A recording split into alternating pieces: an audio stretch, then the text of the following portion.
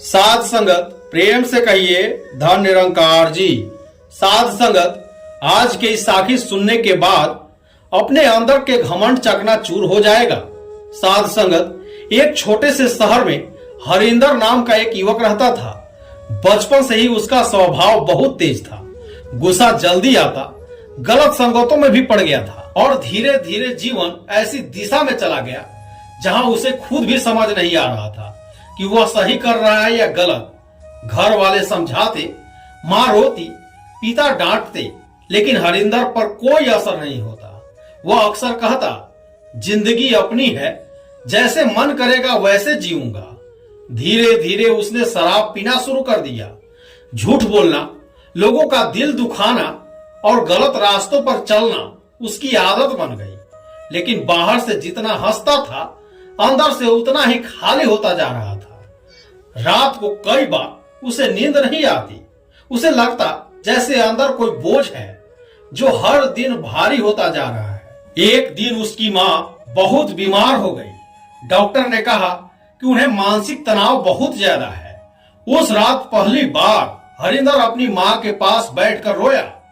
माँ ने कांपते हाथों से उसका सिर सहलाया और धीरे से बोली, बेटा, इंसान कितना भी दूर चला जाए, गुरु का दर हमेशा खुला रहता है। हरिंदर चुप रहा।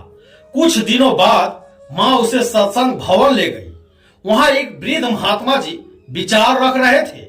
उन्होंने कहा, अगर गुरु हमारे कर्मों का पूरा हिसाब करने बैठ जाए तो शायद कोई भी इंसान सिर उठाकर खड़ा न रह सके। गुरु का सबसे बड़ा गुण यह नहीं कि वह हमारी गलतियां देखता है, बल्कि यह है कि वह हमें सुधारने का मौका देता है।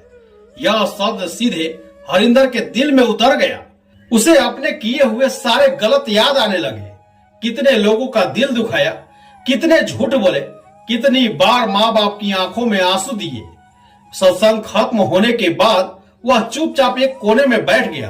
तभी वही महात्मा जी उसके पास आए और बोले, क्या बात है बेटा? हरिंदर की आंखें भर आई।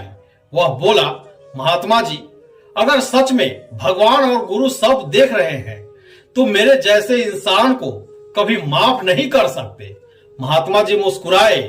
उन्होंने पास रखी मिट्टी उठाए और बोले, अगर यह मिट्टी गंदी हो जाए तो क्या कुम्हार उसे फेंक देता है? हरिंदर बोला, नहीं, वह उसे फिर से गूंथ कर नया आकार देता है। महात्मा जी बोले, बस यही गुरु करता है। गुरु तराजू लेकर केवल सजा देने नहीं बैठता, वह टूटे हुए इंसान को दोबारा जोड़ता है।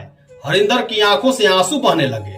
वह बोला, लेकिन महात्मा जी, मैंने बहुत गलतियां की है। महात्मा जी ने प्रेम से कहा, बेटा, अगर गुरु हर गलती का हिसाब देने लगे तो दुनिया का कोई इंसान बच नहीं सकता। गुरु बख्शनहार है।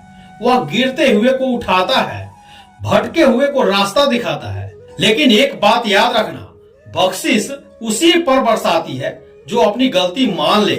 उस दिन पहली बार हरिंदर ने दिल से अपनी गलतियों को स्वीकार किया। उसने धीरे धीरे शराब छोड़ दी, गलत संगत छोड़ दी, संगत जाने लगा, सेवा करने लगा। शुरुआत आसान नहीं थी। पुराने आदतें बार बार खींचती थी। कई बार वह खुद से हारने लगता, लेकिन जब भी टूटता उसे महात्मा जी की एक बात याद आती, गुरु सजा देने नहीं, संभालने आया है। धीरे धीरे उसका जीवन बदलने लगा। जो लड़का कभी घर वालों से ऊंची आवाज में बात करता था, वही अब माँ के पैरों के पास बैठकर सुमिरन करता। पड़ोस के लोग हैरान थे। एक दिन उसका पुराना दोस्त मिला और हंसकर बोला, क्या बात है हरिंदर, अब तो तू बहुत बदल गया है।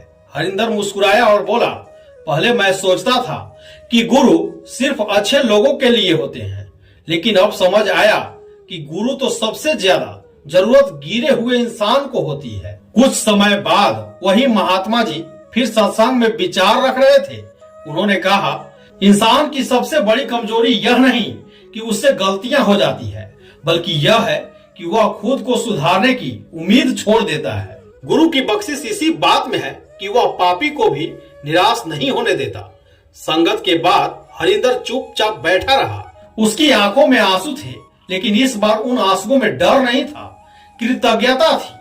वह मन ही मन सोच रहा था, अगर गुरु सच में मेरे हर कर्म का हिसाब करने बैठ जाते तो शायद मेरे लिए कोई उम्मीद ही नहीं बचती। लेकिन उन्होंने मुझे ठुकराया नहीं, संभाला। उस दिन हरिंदर ने पहली बार गहराई में महसूस किया, गुरु केवल ज्ञान देने वाला नहीं होता, वह बख्शनहार होता है। वह इंसान को उसके गुनाहों से बड़ा देखता है। अगर गुरु केवल न्याय करते तो शायद हर इंसान डर में जीता, लेकिन गुरु प्रेम से सुधारते हैं, इसलिए टूटे हुए लोग भी उनके दर पर आकर संभल जाते हैं। और सच यही है, अगर गुरु हमारे हर कर्म को तराजू में तौल कर सजा देने लगे तो हमसे कोई भी सिर उठाकर खड़ा नहीं हो पाएगा। लेकिन गुरु की महानता इसी में है कि वह गिरने पर भी दरवाजा बंद नहीं करते, बल्कि हाथ पकड़कर वापस उठाते हैं। हरिंदर की आंखें बंद थी, उसके होंठ धीरे से बोले, धन निरंकार जी। साध संगत, अगर यह साखी पसंद आया तो लाइक, शेयर और सब्सक्राइब जरूर कर दीजिएगा। प्रेम से कहिए, धन निरंकार जी।